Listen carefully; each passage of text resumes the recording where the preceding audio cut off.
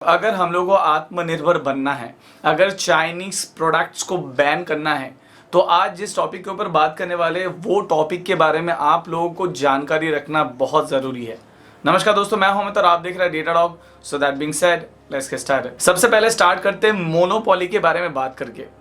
China क्या करता है, अपना सामान दूसरे कंट्रीज में जितना ज्यादा हो सके सेल करता है। फॉर एन एग्जांपल, इंडिया में सबसे ज्यादा सामान चाइना का आता है in terms of kids toy has concern. बच्चों के जितने भी खिलौने हैं वो इंडिया में मैक्सिमम इंपोर्ट होता है चाइना से। अभी आप सोच रहे हो कि चाइना से इतना इंपोर्ट क्यों होता है या फिर कैसे होता है। इंडिया में जितने भी टॉय मैन्युफैक्चरर्स है, फॉर एन एग्जांपल, वो 10 रुपए में जो खिलौना बनाता है, चाइना वही खिलौना उससे हो सकता है थोड़ा सा बेटर क्वालिटी में या फिर सेम क्वालिटी में आपको 7 या 6 रुपए में बिकता है। फॉर एन एग्जाम्पल, अगर इंडियन कंपनी वो 10 रुपए में 2 रुपए का फायदा करता है, चाइना 50 पैसे फायदा में वो इंडिया में बेचता है।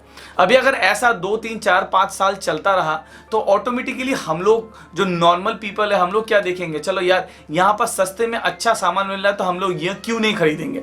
इंडियन प्रोडक्ट, चाइना प्रोडक्ट तब उतना कोई नहीं देखता है। इसमें क्या होगा, इंडियन जितने भी कंपनीज है उन लोगों का सेल कम हो जाता है और होते होते एक दिन वो कंपनी बंद हो जाती है। Same thing happen to Indian smartphone industry also.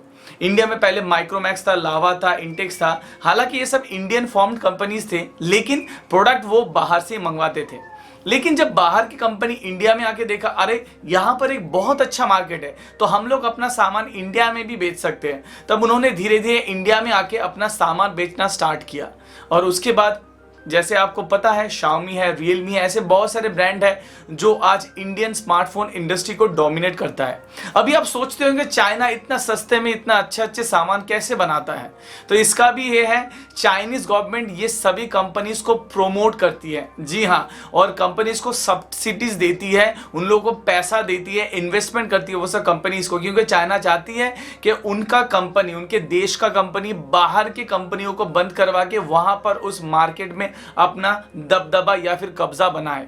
For an example, आज अगर टॉय इंडस्ट्री पकड़ लो या फिर आप स्मार्टफोन इंडस्ट्री पकड़ लो, यहां पर चाइनीज मेजर मैन्युफैक्चरर्स का काफी ज्यादा दबदबा है। इंडियन ब्रांड्स तो अभी लगभग दिखाई ही नहीं देता। खाली ये इंडिया के साथ नहीं हो रहा है, ऐसे बहुत सारे कंट्रीज है जिनके साथ चाइना ऐसा ही कर रहा है। अभी बात करते हैं काफी इंपॉर्टेंट चीज जिसको डेट ट्रैप बोला जाता है। मतलब वही है कि आप पैसा दो ऐसे लोगों को जो लोग आपको पैसा वापस नहीं कर सकते, उनके अगेंस्ट में आप उनका सामान ले लो। जी हाँ, ऐसा ही कुछ है। चाइना क्या करता है, जैसे चाइना का पैसा काफी ज्यादा है, वो बहुत सारे week countries, for an example African जो कंट्रीज है जहां पर वो लोग फाइनेंशियली उतने अच्छे नहीं हैं, वहां पर वो लोग ज्यादा से ज्यादा इन्वेस्ट करते हैं। अभी ये इन्वेस्टमेंट क्या होता है, इन्वेस्टमेंट होता है उनका जो डेवलपमेंट होता है, रोड्स बनता है, पोर्ट्स बनता है या फिर एयरपोर्ट्स बनता है, ऐसे बहुत कुछ जगह पे चाइना इन्वेस्ट करता है।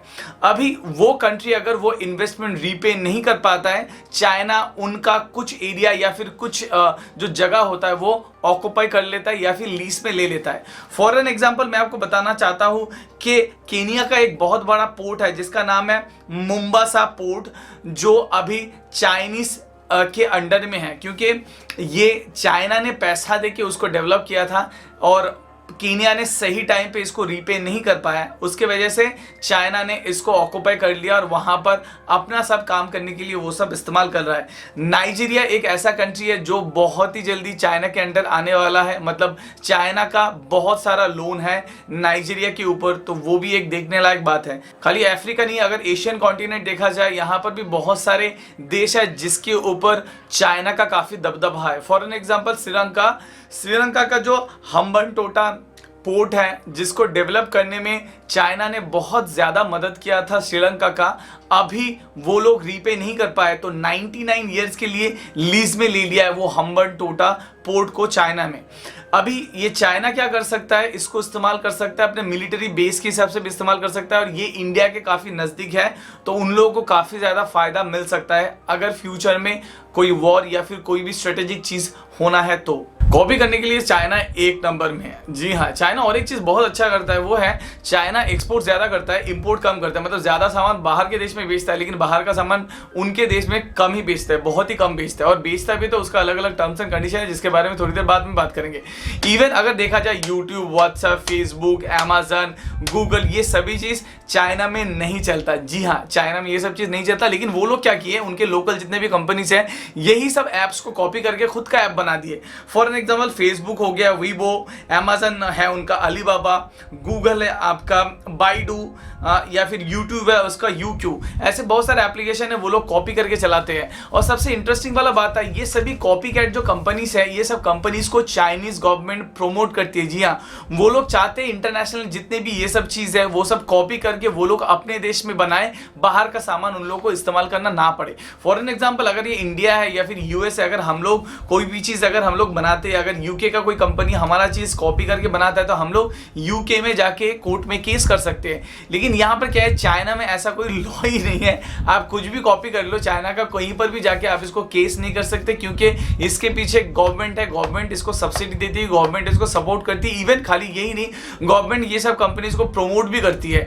और फॉर एन एग्जांपल कोई एक ब्रांड चाइना में जाके काम करना चाहता है, तो वो लोग बोलेंगे आपका जो आईपीएस सर्वर है सब आप चाइना में ट्रांसफर करो, आपका जो टेक्नोलॉजी है वो सब चाइना में ट्रांसफर करो, उसके बाद आप चाइना में बिजनेस कर सकते हो। तो ऐसा वो लोग फोर्स करते हैं कि वो लोग वो टेक्नोलॉजी भी एक ना एक दिन कॉपी करके वो कंपनी को हटा के खुद का कंपनी खड़ा कर देंगे। तो दोस्तों ये कुछ इंपॉर्टेंट पॉइंट्स है जो हम लोग को जानना काफी जरूरी है, और उसके हिसाब से हम लोग को एक्ट करना जरूरी है। और ये भी हम लोग को समझना पड़ेगा क्या चीज प्रैक्टिकल है। अभी इंडिया में इंडियन सामान तैयार करना इंडियन ब्रांड्स के लिए थोड़ा सा तो मुश्किल है, लेकिन इम्पॉसिबल नहीं है। धीरे धीरे हम लोग को अपना इंफ्रास्ट्रक्चर तैयार करना पड़ेगा, उसके बाद जाके हम लोग मेड इन इंडिया या फिर मेक इन इंडिया जो भी है वो सब चीज को सफल बना सकते हैं। डेफिनेटली गवर्नमेंट इसके ऊपर काम करिए, और हम लोग भी कोशिश करेंगे जितना हो सके इंडियन सामान इस्तेमाल करना। तो मेरे तरफ से ये छोटा सा इंफॉर्मेशनल वीडियो था आप लोगों के लिए। अगर आपका कोई सजेशन या सुझाव हो जरूर से कमेंट बॉक्स में लिखिए। उसके साथ साथ अगर आपको वीडियो अच्छा लगा, वीडियो को लाइक कर सकते हैं और अपने दोस्तों के साथ शेयर कर सकते हैं। मुझे लगता है ये वाला वीडियो उन लोगों के लिए इंफॉर्मेशन जरूर साबित होगा। तो इस वीडियो में अभी तक इतना ही। This your host me signing off from Noida. Hope to see you in my next video. Bye bye.